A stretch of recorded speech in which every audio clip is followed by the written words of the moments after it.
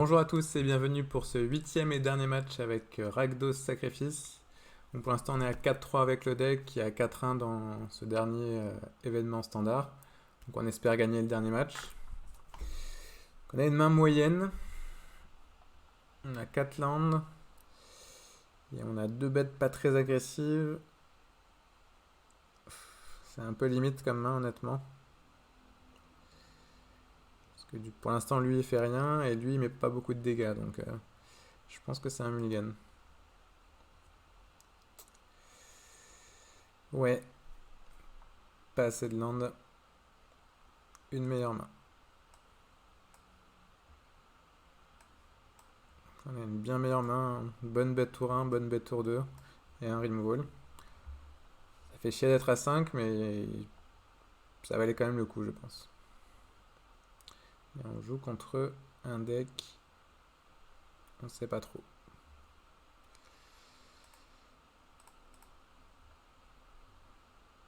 Donc là, on n'a pas trop envie d'attaquer avec le boucher dedans.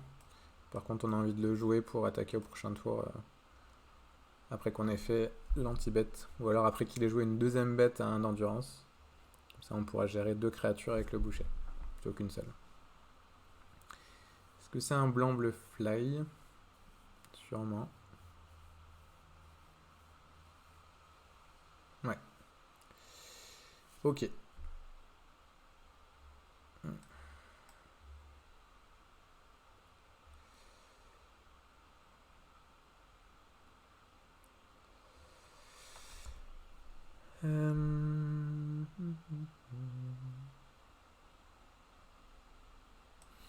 on va gérer sa créature emmerdante. J'espère qu'il en a un autre en main. Non.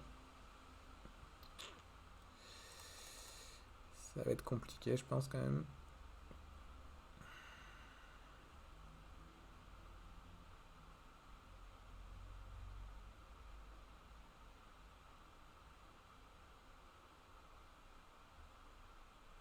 D'un autre côté, le chevalier a de bonnes chances de faire des trucs cool.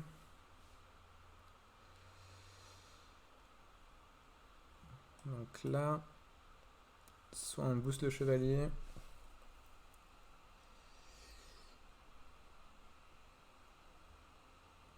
soit on joue le boucher. Il y a des chances qu'il bloque lui. Et du coup, on pourra mettre 4 dégâts au total. Donc le chevalier serait boosté, on serait plutôt content. Oh le con! Pourquoi j'ai attaqué avec le chevalier? Putain, je suis un boulet. Waouh. Putain. Waouh. On s'en sort vraiment bien, parce que j'aurais jamais dû attaquer avec le chevalier. Du coup, c'était pas un très bon play de faire ça, je pense. On s'en sort bien. L'adversaire a mal bloqué, on a mal attaqué. Ça se voit qu'on est à 4 victoires chacun. Hein. On joue bien. Donc on espère qu'il n'en ait pas un deuxième de ça.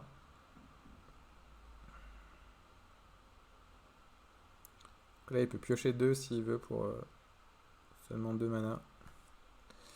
Il préfère mettre ça. Donc là, c'est un super top deck. On va pouvoir attaquer avec les deux. S'il double bloque le boucher, on va pouvoir tuer une bête si on a envie. Ouais, parfait. Bizarre cette carte là, derrière. Tac. On va tuer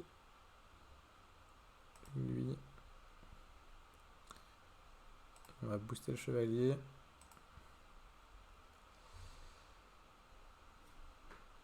On est pas trop mal là. Hein. Bon. On est loin d'avoir gagné hein, parce que toutes ces bêtes sont grosses, mais on commence à avoir aussi des grosses bêtes. Il va piocher 2. On n'avait pas qu'il ait encore une bête. Donc là on est bien. On va pouvoir continuer à attaquer. On pioche bien aussi. Hein. Des spells à 1 quand on a qu'un mana à dispo, c'est. Bon, vu qu'il bloque comme ça, on aurait préféré avoir une autre carte du coup. Mais il y a le boucher. S'il n'a pas une carte pour gérer le boucher, ça devrait faire game. crois que dans le deck... Ah, il y a la... Il y a une grosse bête volante là qui... Ah, il y a ça aussi que je suis. Il y a une grosse bête volante qui fait lien de vie et qui donne indestructible à tout le monde là. Je crois que c'est Sephara le nom. C'est assez fort. C'est exil en plus ça. Hein. Ok, oui. On va voir ce qu'il fait. Alors. Est-ce qu'on jouait un attaque avec le Brandon? Est-ce qu'il peut se permettre de bloquer Brandon? Il peut. Là, il pourrait bloquer là. Il perdrait. S'il bloque là et que je booste, il perd 7. Ok. S'il bloque là, il perd 6. Et du coup, je pourrais le tuer avec Brandon. Ouais, je pense qu'il faut pas jouer Brandon. Attaquer avec tout. On est content s'il bloque avec ça, hein, parce qu'on n'a pas envie qu'il nous exile le boucher. Et on souhaitait qu'il bloque comme ça, pour pouvoir le finir avec le Brandon. Donc là, on s'en sort vraiment bien. Hein. On a mis le gagné à 5, on a fait une mauvaise attaque, mais l'adversaire en a pas profité. L'adversaire a mal bloqué d'ailleurs en plus. Donc voilà, on gagne, ça fait plaisir. Alors, donc on va rentrer ça. Ça me paraît bien aussi, hein. Il faut absolument gérer sa grosse bête. Qui donne indestructible à tout le monde. Il a beaucoup de bêtes blanches aussi, il me semble. Il a 2-3, il a 1, il y a ça, ouais. Ok. Je pense qu'on n'a pas un mauvais match-up contre ce deck. On a beaucoup d'effets qui mettent des petits dégâts. On n'a juste pas envie qu'ils nous sortent beaucoup de plus 1 plus 1 quoi. Parce que là nos petits pings de 1 ça fait plus grand chose. Alors 6 cartes à virer. On peut virer une Chandra je pense, il est assez aggro. Tous nos anti-bêtes sont bien. Chevalier il est bien. Prêtresse est bien, boucher est bien. Peut-être la carcasse qu'il faut virer. Peut-être un bon tout. Un land. 3 carcasses. Allez.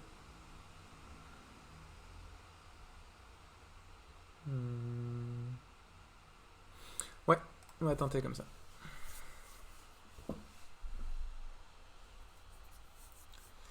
C'est un deck un peu particulier. Blanc-bleu fâche, c'est un deck qui joue pas beaucoup de gestion, mais qui joue que des bêtes vol, qui se boost, et il y a Sephara après qui donne.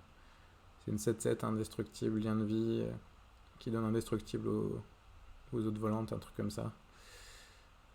Je crois qu'elle a pas indestructible elle-même, mais si tu la gères pas, t'as perdu. Alors. Pas une mauvaise main, hein. Boucher c'est bien contre lui, on a 2 anti-bêtes. On a Judith. Il nous manque un drop à 1, mais bon, on va garder quand même.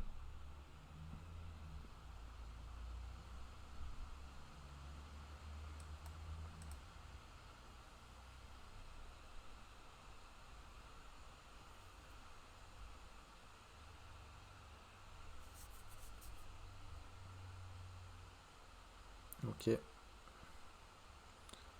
Donc là on va attaquer avec le boucher, on est content s'il bloque de pouvoir tuer ces 2 bêtes. Ou alors, on a fin de la légion.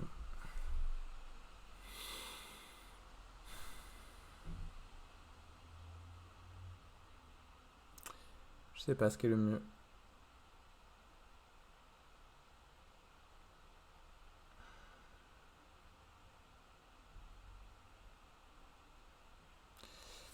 Concrètement ça fait le même taf, sauf s'il bloque pas le boucher passe à 2. C'est plutôt cool s'il passe à 2 d'attaque quand même. Allez. On va la tenter comme ça.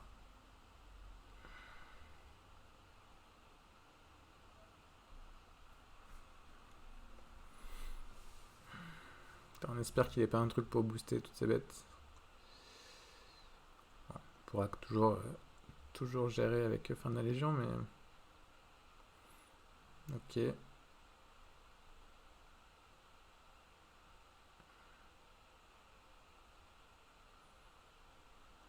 ça va. Ok. Alors, on a pas mal de choix là. Soit le boucher, qui est très bien. Je pense que c'est le meilleur top deck au final. Donc ça peut gérer 2 créatures pour l'instant. Ouais, on va faire boucher et attaquer.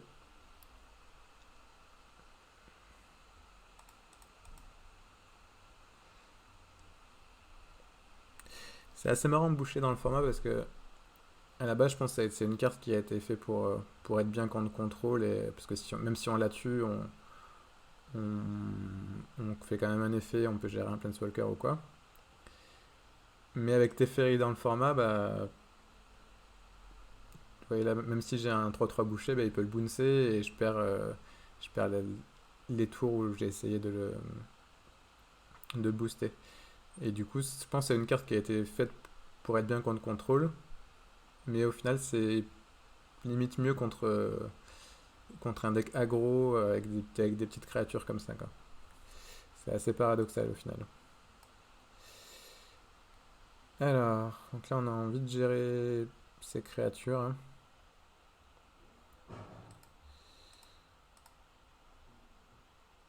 Ouais, on n'a pas envie qu'il pioche avec ça. On va attaquer déjà. Je serais content qu'il bloque. Ok. Donc on va faire ça d'abord. Sur lui. On va voir s'il a une réponse. Non. Alors, qu'est-ce qu'il a? Ah, dommage. Dommage, dommage. Ouais, il a Excellent Binding, ça c'est chiant. Peut-être attendre d'avoir un 5ème land pour faire Chandra -2 et rejouer la Légion sur ça. Du coup, je pense qu'on va attendre et voir ce qu'il fait. Parce qu'on est content de faire un petit bet là-dessus aussi. Ok, il a eu son land. Excellent Binding, ça fait mal. Ok.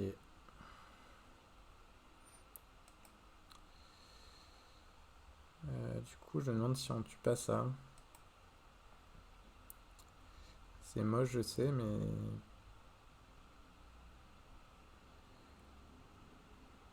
ça permet de garder Chandra 2 si on pioche un land et pouvoir rejouer un spell du coup.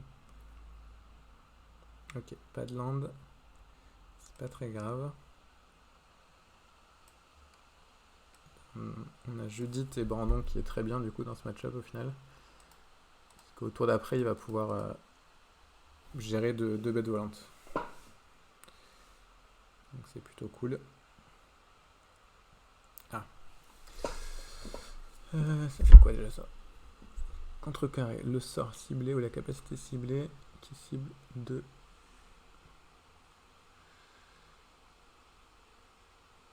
Donc là il y aurait 2 capacités, donc je peux très bien faire sur lui et sur lui. Mais du coup lui il pourra contrer cet effet là. Donc c'est un peu embêtant. Est-ce qu'on n'attaquerait pas avec les 2 déjà en fait?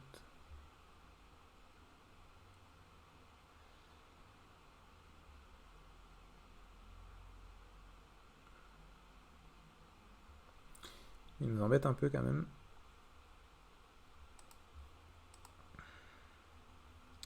À vous de jouer, merci.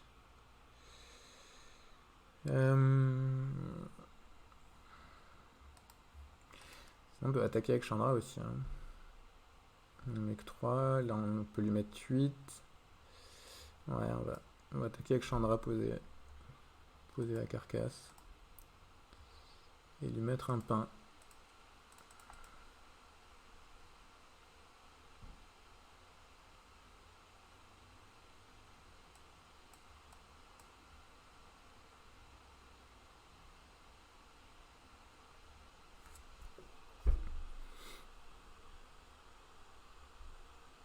Ah.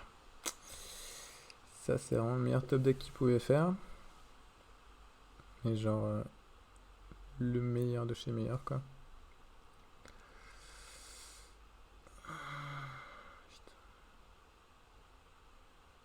Ouais.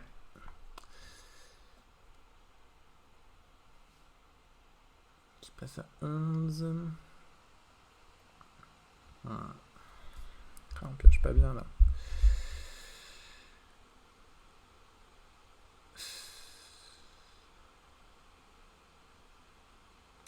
Cette sirène qui nous emmerde. Hein. On n'a pas le choix, faut mettre les 2 dégâts sur lui et après tuer lui. On est derrière, on n'est pas très bien.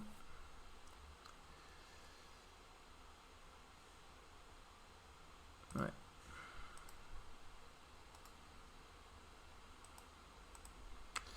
On va bien top decker, hein, parce que sinon je pense que j'étais frais. Plus que frais.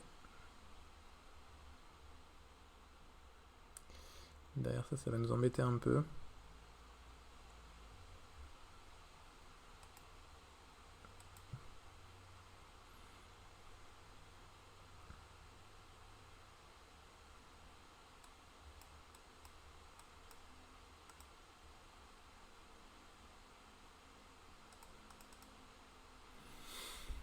Ouais, ça va être serré.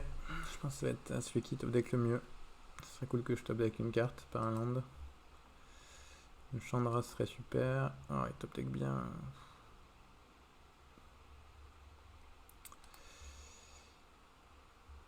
Un Brandon c'est pas mal aussi, ça gère 2 bêtes.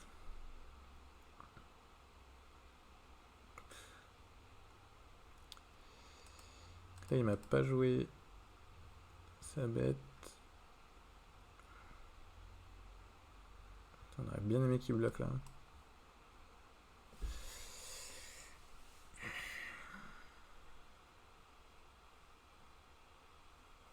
Là s'il bloquait, il perdait sa sirène, on pingait de 1 avec Judith, on tuait ça et on pouvait rejouer la carcasse avec son effet.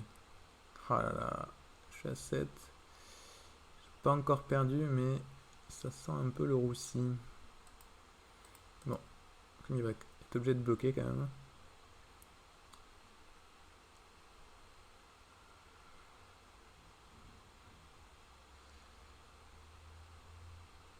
Donc on va pouvoir...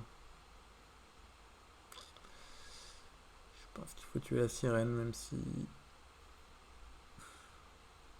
Bon, normalement, même si on cible faucon, il va sacrifier sirène.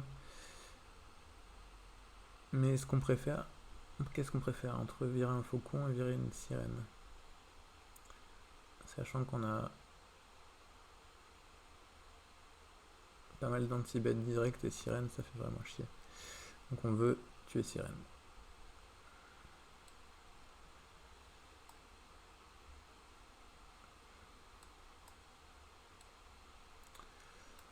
On joue le land, on a pas de tricks, hein, donc, et si on pioche bon tout, on va avoir un maximum de land à jouer. Oh. Pas mal, mec. Oh là là. Ah oui, ça donnait vigilance en plus, donc il prenait pas trop de risques. Et bah bien joué. Hein.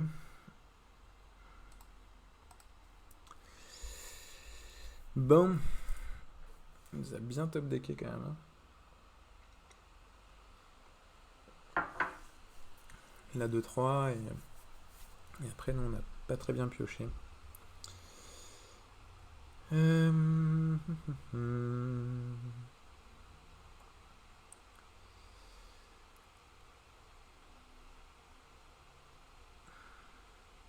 Affre c'est pas terrible quand même.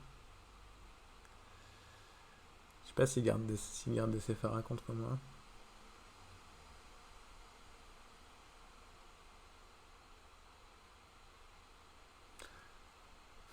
Parce qu'il a beaucoup de bêtes pour un mana et ça fait vraiment chier de faire une have dessus. Alors on va en virer une. Pas forcément envie de remettre le 22e land. Chandra on the play c'est peut-être un peu meilleur. Allez. Attention. Dernière manche avec Rakdos. Voyons ce que ça donne. Allez, une bonne main.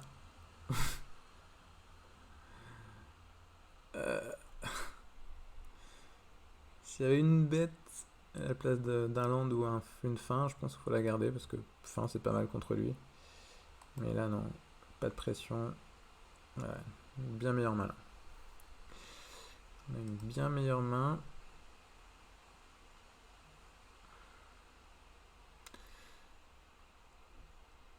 Donc on va virer soit la fin, soit la frappe. La frappe, ça touche la 2-3, donc c'est cool, mais ça peut toucher 2 bêtes. Donc on va garder la fin, je pense que ça a un peu plus de chance à nous faire gagner, si on a un peu de chance. Et mulligan à 6 aussi.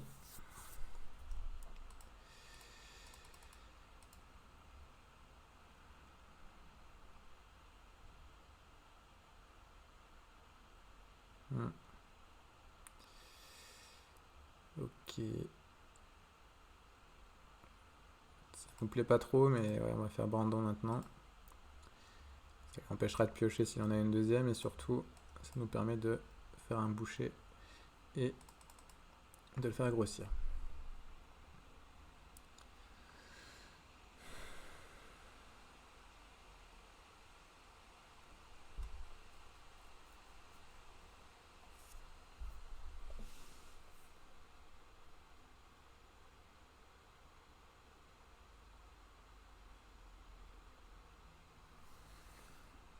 Une sirène.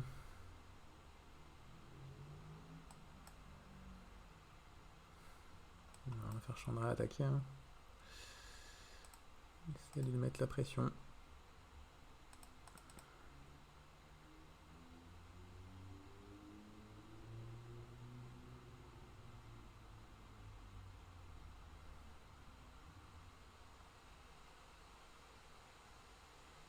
Une bonne carte. On va pouvoir gérer la sirène. Ce serait cool si on avait une autre en main. Et on va pouvoir continuer à attaquer avec le boucher.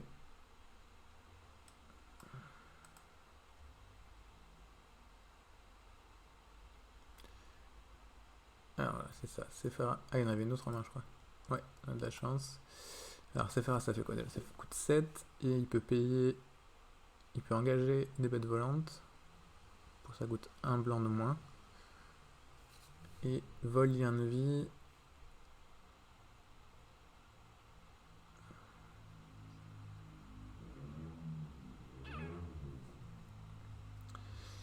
Donc là, s'il joue ça et qu'il pioche un autre land, il peut jouer Sephara au prochain tour. On n'a vraiment pas envie de ça. Et il peut booster sa bête pour tuer notre Chandra. On n'a pas trop envie qu'il tue notre Chandra tout de suite. Ouais. Du coup, je pense qu'on va juste attaquer avec le boucher et faire un 0 pour ajouter un compteur dessus. Et là, on espère piocher le diable du coup, ou un anti-bet pour ça. Ok, là les... Ah, c'est pas vrai. Là, on regrette pas mal d'avoir gardé fin de la Légion et pas le strike. Parce que là, avec un strike, on serait beaucoup mieux.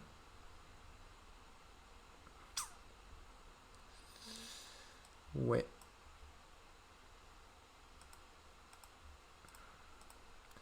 Dans tous les cas, même si on fait le 0+1, il peut la tuer. Après, chevalier, c'est pas un mauvais top deck. Aïe aïe aïe aïe. Sephara, prochain tour si j'ai pas d'anti-bet. Sephara, du coup, j'ai plus que 3 sorts pour le gérer. Putain, qu'est-ce qu'on pioche mal quand même, c'est impressionnant. Putain, j'ai pas vu une prêtresse qui. C'est vraiment la carte qui le défonce. Bon, après, Sephara, il va peut-être être obligé de bloquer avec. Pour tuer le chevalier, donc. Et si je pioche un land, il va être obligé de.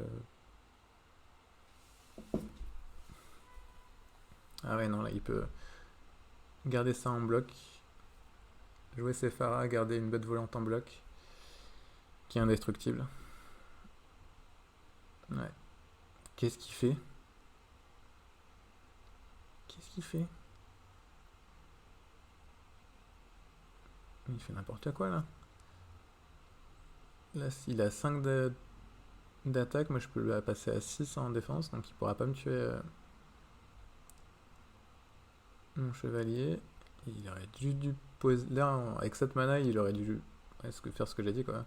Poser ses Pharas, garder ça en bloc et avec indestructible. Bon, c'est pas grave. Tant mieux pour moi. On attaque. Ok. On boost.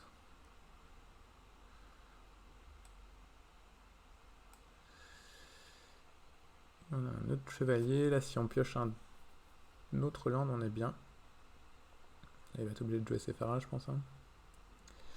Ok. Ah, purée, ouais. Du coup, le land, c'était le top deck parfait qu'il pouvait faire. Quoi. Ça rattrape sa grosse erreur. Quoi. Ok. Alors. Donc là, il faut l'attaquer avec les deux.